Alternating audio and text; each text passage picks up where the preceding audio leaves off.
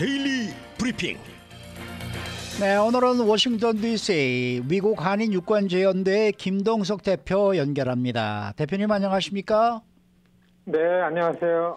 지금 워싱턴에서는 연방 하원 의장 투표 2차 투표가 지금 실시가 되고 있는데 오늘도 이번에도 좀 짐 조던 하원 의원의 의장직 선출은 물 건너간 것 같습니다. 이렇게 지금 워싱턴 의회가 대혼란을 겪고 있는 게 아닌가 이런 생각이 들고 있는데 이러다가 정부가 문을 닫아야 할지도 모를 것 같습니다. 어떻습니까?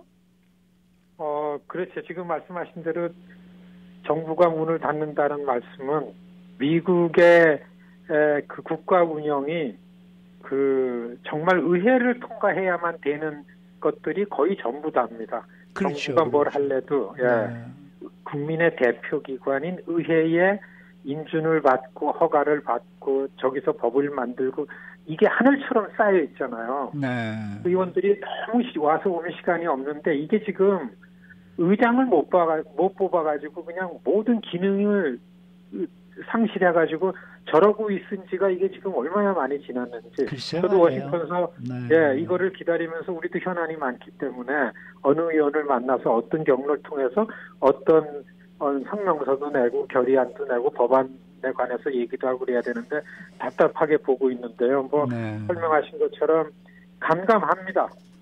그러니까 다수당, 공화당, 민주당 쪽에서는 212명의 민주당이 똘똘 뭉쳐가지고 그냥 자기네 대표만 의장으로 뽑겠다고 투표를 하는데 공화당이 222명이 이제 참가가지고서 투표를 하는데 합쳐가지고 218명을 받아야 의장이 됩니다. 네.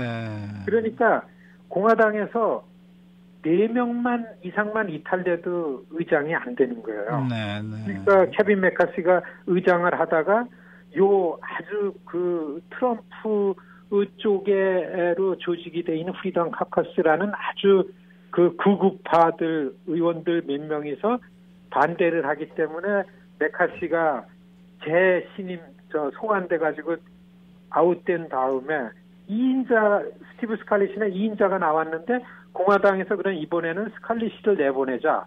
근데 스칼리시가 전체 투표에 자신이 없어서 오르지도 않았죠. 그러고 나서 이제 더 우파에 있는 그야말로 트럼프 지지자 중에 아주 중심에 있는 짐 조던이라는 법사위원장 안에 짐 조던이라는 사람이 공화당에서 그럼 이 사람을 후보로 내세우자라고 내세웠는데 어제 1차 투표에서 18명 채우질 못해가지고 1차 투표에서 안 됐죠. 네. 20여 명이 이탈을 했습니다. 근데 이제 2차 투표로 한 1시간 전에 막 시작을 했잖아요. 네. 워싱턴 시간으로 이제 11시에 시작이 돼가지고 있는데 이게 될 리가 없죠. 그렇기 때문에 지금 미국의 이 의회 제도, 민주주의 이게 진짜 이렇게 심각하게 위협을 받고 있구나.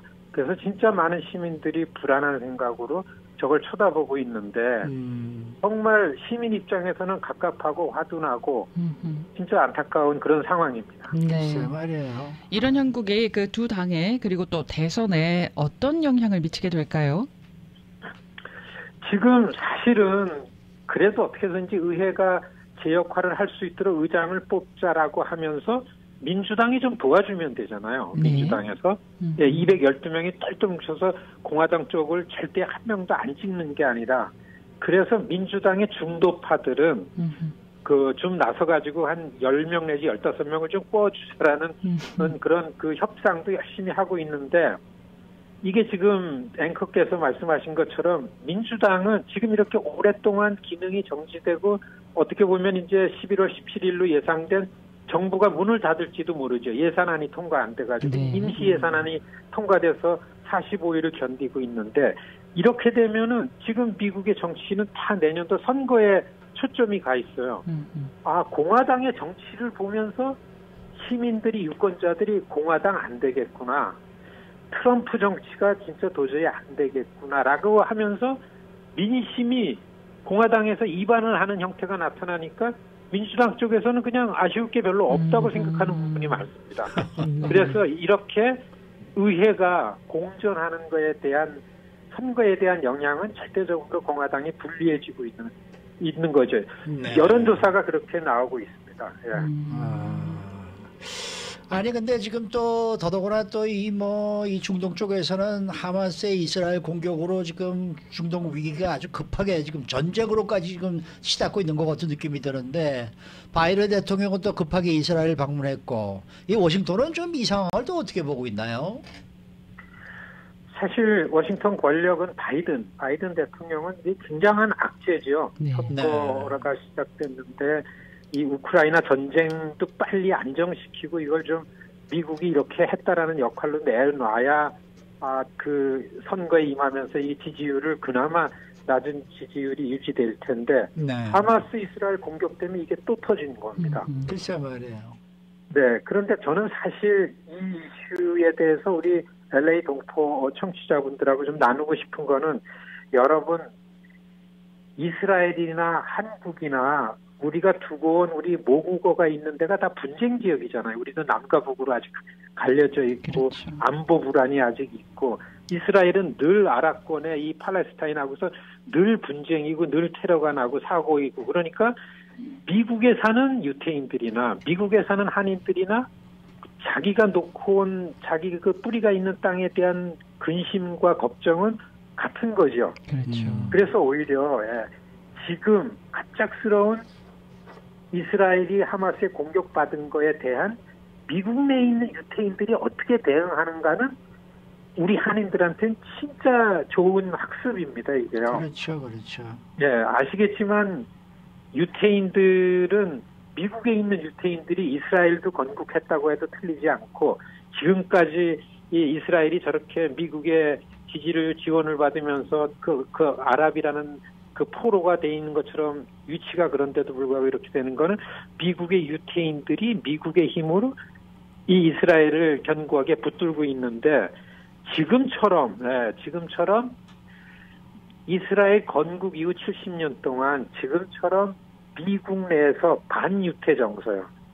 미국에서 너무나 유태인들이 이 외교 안보 측면에서 미국이 일방적으로 이스라엘 편만 들게 하기 때문에 미국 내에 있는 아랍계뿐만 아니라 이슬람 세력뿐만 아니라 많은 시민사회 지식인들이 이스라엘은 그 아랍하고서 공존하고 서로 평화 유지하고 해야 되는데 이스라엘의 문제가 많다라는 게 그렇게 크지 않았는데 요즘처럼 아시겠지만은 지난주에 갑작스럽게 하마스가 이스라엘 공격한 다음에 권력인 아닌 곳에서 일반 미국 시민사회에서는 옛날에는 이스라엘 쪽 입장을 많이 섰는데 지금은 완전히 돌아선 분위기입니다. 그렇죠. 젊은 사람들 학교에서는 이슬람 쪽의 편을 드는 운동 시위 집회가 훨씬 더 많아요. 학교가 맞습니다. 문을 닫을 정도잖아요. 맞습니다. 예.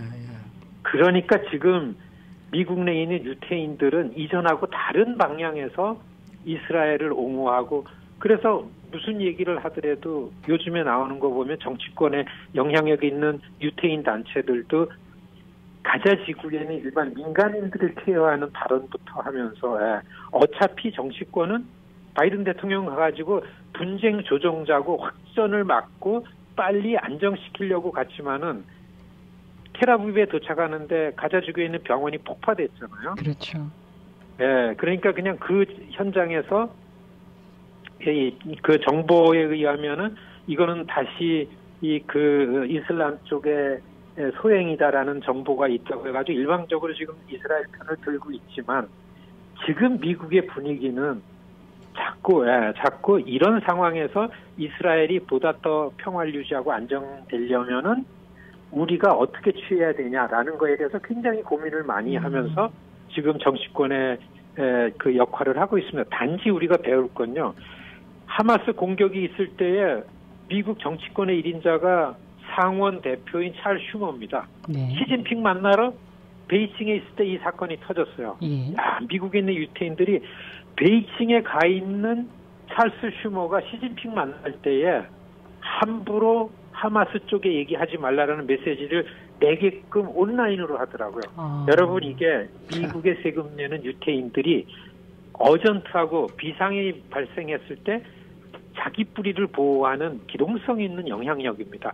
저는 이번에 어떻게 해서든지 우리 이 미국에 있는 한인들이 어떤 철학을 가지고 우리 민족의 역량을 좀 보존하는데 미국에서 어떻게 정치적으로 결집하는가 배우고 연구하고 궁리해야 될 좋은 교훈이 되겠다 이런 말씀을 드립니다. 네, 지금 그 유태계들이 어떻게 움직였는지 얘기해 주셨는데 그 어느 때보다도 그 미국에 있는 유태계 사람들이 좀 그러니까 여론이 좋지가 않으니까 그래서 이런 상황에서 어떻게 대처를 하고 있을까 그 점도 상당히 궁금합니다.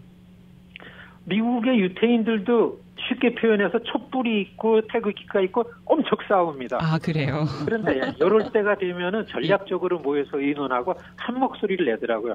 네타냐후가 얼마나 이스라엘에 의해 민주주의를 망쳤습니까? 네. 근데 위기다 하니까 예. 좌우 가리지 않고 네타냐후한테 힘을 몰아주면서 네. 노선을 만들게 하고 이러는 게 역시 미국 민주사회에서 그 생활한 미국의 유태계들은 이런 그 지도부는 이런 컨셉이 있구나. 저는 한국도 마찬가지 미주동포들이 훨씬 철학적으로 한국 분쟁 지역에 있는 것보다는 평화 공존 여기에 더 많은 그 이해가 있겠다 이런 생각을 합니다.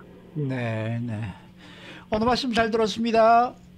네, 고맙습니다. 네, 지금까지 미국 한인 유권자 연대 김동석 대표와 함께했습니다.